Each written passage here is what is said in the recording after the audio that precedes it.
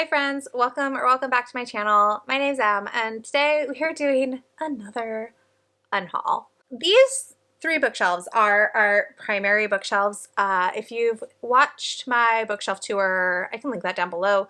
We have two in the back, but those are like for the not pretty books.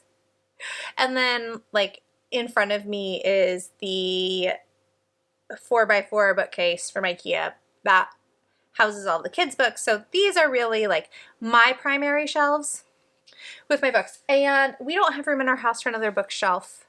And July was my birthday month and I brought home a lot of books and I am running out of room. So I feel like I just did this, but it is time to do it again. Also, I am going to be brave in this video and I am going to tackle the middle grade shelves, which is going to hurt my heart, but it is time. There are books I don't need anymore that I'm not going to reread. And then I also have all the books that I unhauled last time or that are on my Pango storefront and have just kind of been languishing. And I think it's time to go through and just pick what I'm going to take to my indie bookstore to try to sell for store credit, and what is going to a little free library, and what is maybe going to stay on Pango. But the Pango books haven't moved for a long time, so I feel like if people are going to buy them, they would have, and they don't need to be on there anymore. So let's start with the unhaul, and then we'll do the sorting afterwards. So the first book I'm unhauling is For Her Consideration by Amy Spalding. This is a contemporary sapphic rom-com, and this was on my TBR for July. It was part of my TBR jar, and I DNF'd it 9% in because I found the main character insufferable. This one is in great condition, and so I'm going to try to sell it to my indie bookstore to see if I can get money for more books. I'm also going to unhaul The Goblin Emperor. I read this earlier this year, and I did really like it for the most part. I enjoyed my reading. I really loved the main character, but I'm not going to reread this, and I just don't feel like I need to hang on to it when it's taking up valuable shelf space. All right, I was just very brave and very ruthless, and I went through the middle grade shelves. Oh, that hurt my heart. Can I slide this giant stack over here without it falling over? Oh, I can. Okay. Wow. All right. Buckle up because, like I said, I was ruthless. This is going to hurt. I guess we'll start with middle grade. So my indie bookstore is not particular because I don't want it to sound negative, but there are certain books that they won't take, and they very much do not take hardcovers. So anything that's a hardcover that I pulled off is going to be going into a little free library. There's a couple that I might put on Pango just because they're like Al Crate Junior editions, or I think they might move quickly. For a long time, I would just keep, or for forever, I've just been keeping stuff on my Pango because, you know, they have those shelves that people can add books to, or people will put stuff in their book cart, and then I won't want to take something off because I think somebody's added it to their shelf. I don't want to take it off, and then when they go to buy it, it's not there. But I don't think that's how people are using those shelves, and I'm tired of it just taking up space in my house. So the goal is to only post stuff that I think will move fairly quickly. But I am going to unhaul The Clackety by Laura Sneff. I really like this series. This is like a middle grade horror series, so it's not that I didn't like them, but I very much do not reread horror books, and my children have zero interest in spooky books. So unless it's something that I think I'll reread or it's something I really love, I don't need to hold on to it. So I'm gonna sell this to my bookstore. I'm also going to sell Tristan Strong, Punches a Hole in the Sky. I really liked this book, but I've never continued on with the series, and I don't see myself rereading it. And if that ever changes in the future, I have my library, and they have the whole series, so I know I can always get it if I change my mind.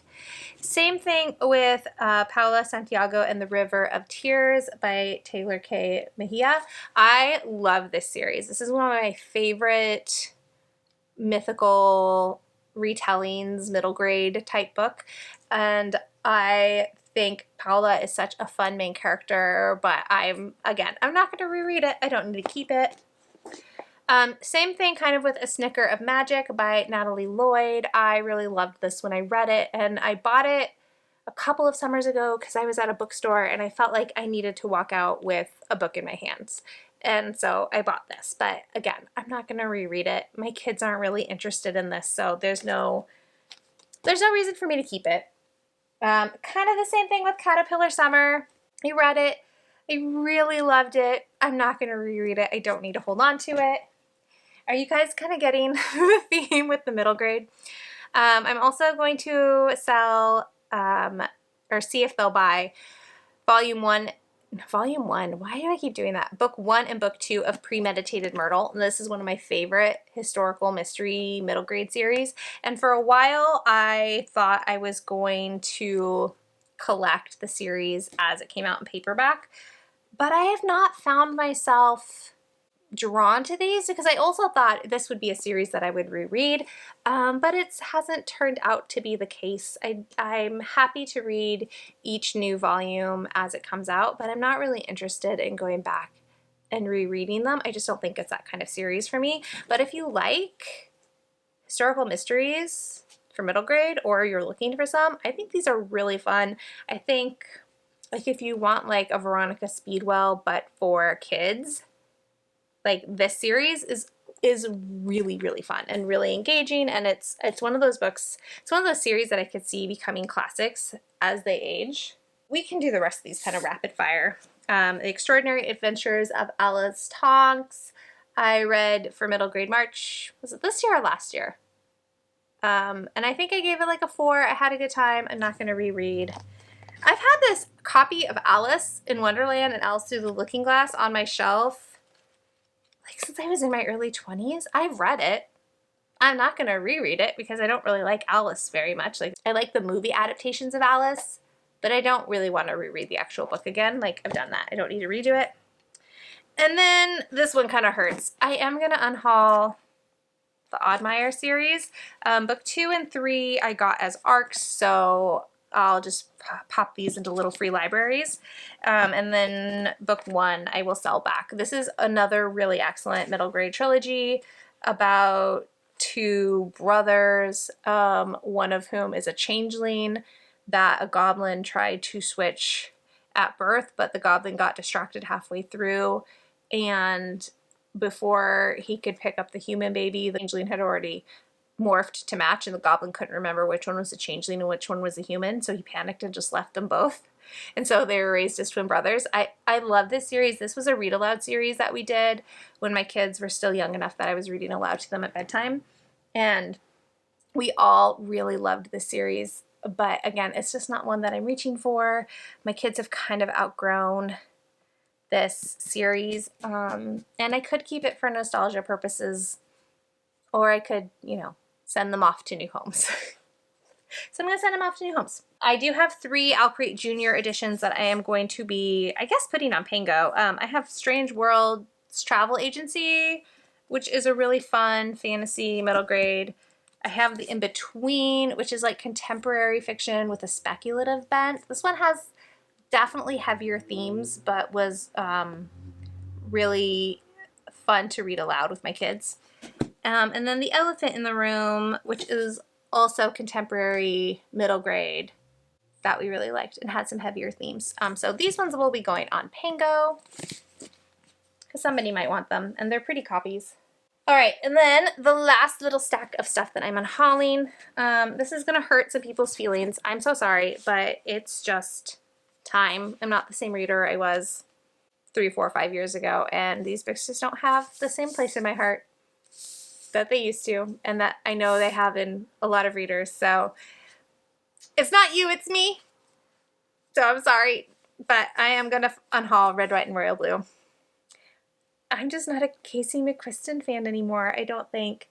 Not that there's anything wrong with their books, but I don't think they're the author for me anymore. And maybe if I reread Red, White, and Royal Blue, I would still give it 5 stars and I would still really love it. But I'm not going to reread it. And it's taking up, I mean, this is not a small romance novel. Like, it is taking up a good amount of space. So it's just time to let somebody else love it instead of me. Kind of the same with boyfriend material. I've outgrown Alexis Hall a little bit. I'm not really drawn to his books anymore. I loved this so much, and then I disliked husband material so much that husband material, I think, kind of ruined boyfriend material for me, and I'm just not interested in having this on my shelf anymore. Same thing with the Lila Green Doesn't Care. This was, look, all of these were 5-star romance reads when I read them. So just know that. These were all 5-star reads. Like, I've liked this series less as it has gone on, and I'm just a totally different romance reader than I used to be, and just don't need it on my shelf anymore. I feel really bad about this. I'm also gonna unhaul Hana Khan Carries On. I did really love this one too. This is also contemporary romance. I forget which retelling this is. I think this is the You've Got Mail retelling. It takes place in Canada, and it's between two families who own a restaurants. And there's like a podcasting element or a radio element. I think it's both, actually. Anyways, I really liked this when I read it. But again, I got this because I was at a thing and they were giving away free books, and there wasn't really anything that I wanted, but I felt like I needed to leave with something. And so I grabbed this because I knew I had already read it and I loved it, but I'm not going to reread it. Same thing with A Brush with Love. I loved this when I read it. It was such a surprise. It was like one of my favorite romances that I read last year. But I'm not going to reread it because that's not who I am anymore. These other ones I have all read, and I'm either not continuing. Well, the Tensert series, I read the whole thing. It's novella series. I did like it, but I'm not going to reread it, so it can go. And then Lock In by John Scalzi, I've just kind of lost interest in. I'm not really interested in reading a pandemic book right now or anytime soon. And I know this one is probably really good and I will really like it if I ever get around to reading it, but it's just not at the top of my list and I don't need it to take up shelf space. And then I'm also going to unhaul Kings of the Wild by Nicholas Ames. Even though I did really like this, and I will probably read the sequel, I just don't need to own it. I'm going to get Bloody Rose, the next book. I'm just going to get it from the library. I don't need to have the whole set. And then I just finally made a choice on this series. So I read Malice by John Gwynne back in January, and I had an okay time. Like, I could take it or leave it. And I have been agonizing over whether or not I was going to continue on with the series ever since. I just could not make up my mind. Well, fast forward to this month, and my sister's partner is reading the series as well. And he is now on book 2, and he is not having a good time either. And so I'm taking that as my permission that I can DNF this series and unhaul my copy of Malice. And honestly, even if I change my mind and I decide to read this series, I will get it from the library. I do not need this chunker taking up space. You should have seen the whole shelf shifted when I took this book out of the lineup. So those are all the books that I am unhauling this round. It's a lot of books. Thank goodness, because I need the shelf space like you wouldn't believe. So now we have 2 piles. I have a Little Free Library pile, a Pango pile, and a Try to Sell to the Bookstore pile. So now we're going to go through my Pangos, and I think a lot of these I can try to sell to the bookstore. Like Liar City is in good condition, World Running Down is in good condition. I have to decide what I'm going to do about some of my Illumicrate books because they have been on for a long time and they have not moved at all. And I don't know. I don't know if I just put them in a Little Free Library and make somebody really happy, or if I just keep them on Pango and hope that somebody wants them. But for now, these are on there. But I am going to be taking The Beast and Bethany, The Beast and the Bethany off. I'll put that for Little Free Library. Same with Ocean's Echo by Everett Maxwell. I'm going to take that off and sell it. No, I'm going to take it off and put it in a Little Free Library because it's just been there for a long time. And since it's hardcover and the book is now out in paperback, my indie bookstore won't take it. Same with The Once and Future Witches. It's been on there for a long time. So it's so dusty because it's just been sitting in the Pango bag for forever. So that can go to Little Free Library. I have a couple of romance novellas that I'll see if my bookstore wants. Sometimes they do, sometimes they don't, but it never hurts to check. And then A Spindle Splintered will Little Free Library it. Okay, I think I might save this one. I bought it. I was so excited about it. It's like urban fantasy set in Seattle. And then for some reason I decided I was no longer interested in it. But I heard recently that I think it's sapphic. And so I think maybe I'm back in. I think I'm back in. So I'm going to save this one. Yeah. I think I'm going to put this one back on the fantasy shelf. Just right here. Just right in that little hole that Goblin Emperor left. Hunger Makes the Wolf is in pretty awful condition, so that can go to a little free library. I mean, it's not awful. It's also it's not great. It's seen some shit. Cost of Knowing is former library, so that will go to a little free library. God Killer is an ARC, so that will go to a little free library. The Affair of the Mysterious Letter, I might try to sell. It is also a little rough, but we'll see what happens. If nothing else, the books that they don't take will go to the little free library. Stardust Thief, I'm going to try to sell. His Highland Queen, I am going to try to sell. So Swordstone Table, I'm going to try to sell. And Hurricane Lizards and Plastic Squid is a former library copy, so that will go to a little free library. I know, I have one more bag. I told you, it was a problem. Blood Binds the Pack will go to a little free library. I have a couple of novellas from indie presses, so I'm going to put those to try to sell. Same with these Anna Lee Neuber books. These are in good condition. I bought them at a library. Oh, maybe I can't sell them because I have those X's on them.